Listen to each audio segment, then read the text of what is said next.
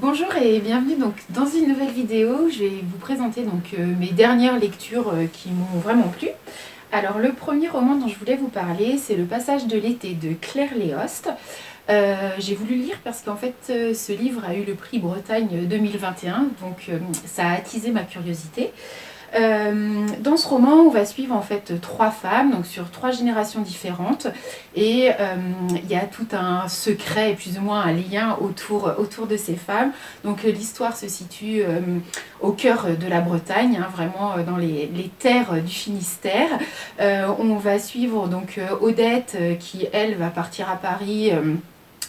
Au moment de la fin de la Seconde Guerre mondiale, donc comme tous ces Bretons qui sont partis donc à cette période-là à Paris et toute cette vie, et on va aussi donc il y a tout un mystère sur son retour en Bretagne après. Puis on a aussi Hélène qui elle est une petite fille d'une femme très connue donc dans le village et qui se pose des questions donc sur sa vie justement dans ce village. Est-ce que c'est tout tracé? Est-ce qu'elle est censée rester en Bretagne ou au contraire elle a envie aussi de partir?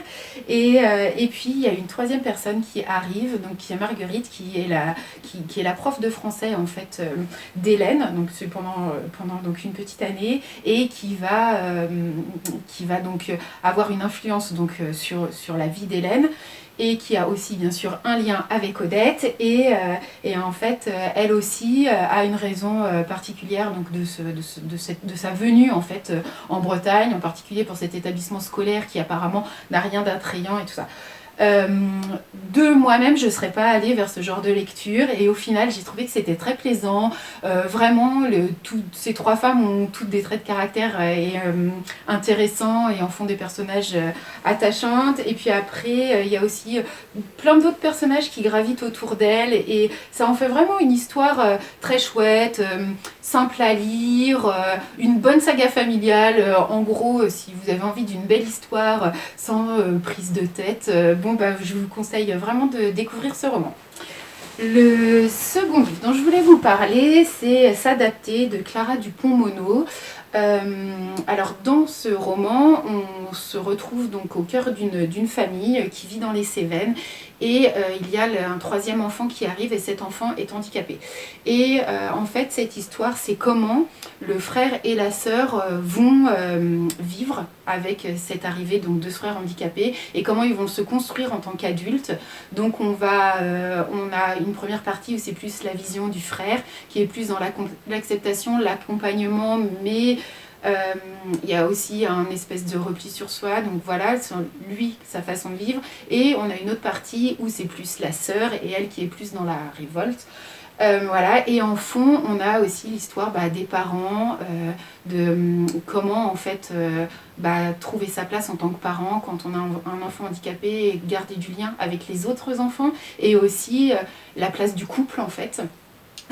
C'est très très beau. Vraiment, moi j'ai trouvé que c'était plein de douceur, les sentiments sont très bien décrits, et ce qui m'a vraiment plu, c'est qu'en fait ce sont les pierres de la cour de la maison qui racontent l'histoire. Donc les pierres se positionnent en tant que témoins, et ça en fait presque un conte. Mais j'ai trouvé que c'était très beau, et je vous le conseille vivement.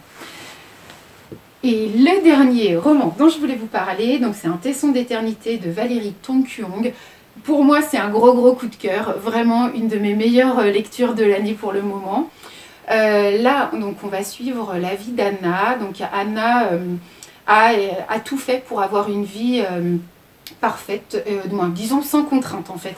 Elle vient d'un milieu social un peu difficile, et elle a fait comme un rejet. Donc, elle a voulu s'en sortir, et donc elle s'est beaucoup donnée dans ses études. Elle est devenue pharmacienne, elle a fait un beau mariage, elle a un fils, et normalement tout est fait pour qu'il n'y ait pas de problème en fait.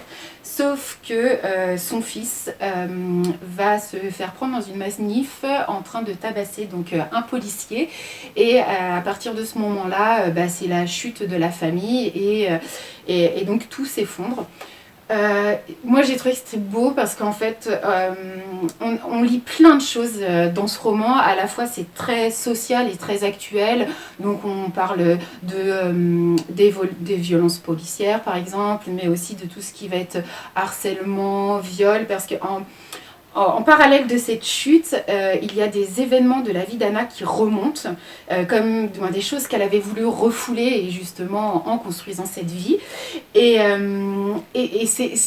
Mais c'est tellement bien fait, en fait tout est vraiment bien lié, et c'est surtout aussi une très belle histoire d'amour d'une mère pour son fils, et tout ce qu'elle peut être, tout ce qu'une mère peut être capable de faire pour son enfant. Mais vraiment, moi c'était une auteure que je connaissais pas, je n'avais pas encore lu, et je vous invite vraiment vraiment à le découvrir. Ça m'a vraiment scotché en fait. Voilà. Bon, j'espère que ces lectures vous donneront envie en tout cas d'être découvertes, et puis je vous dis à bientôt. Au revoir.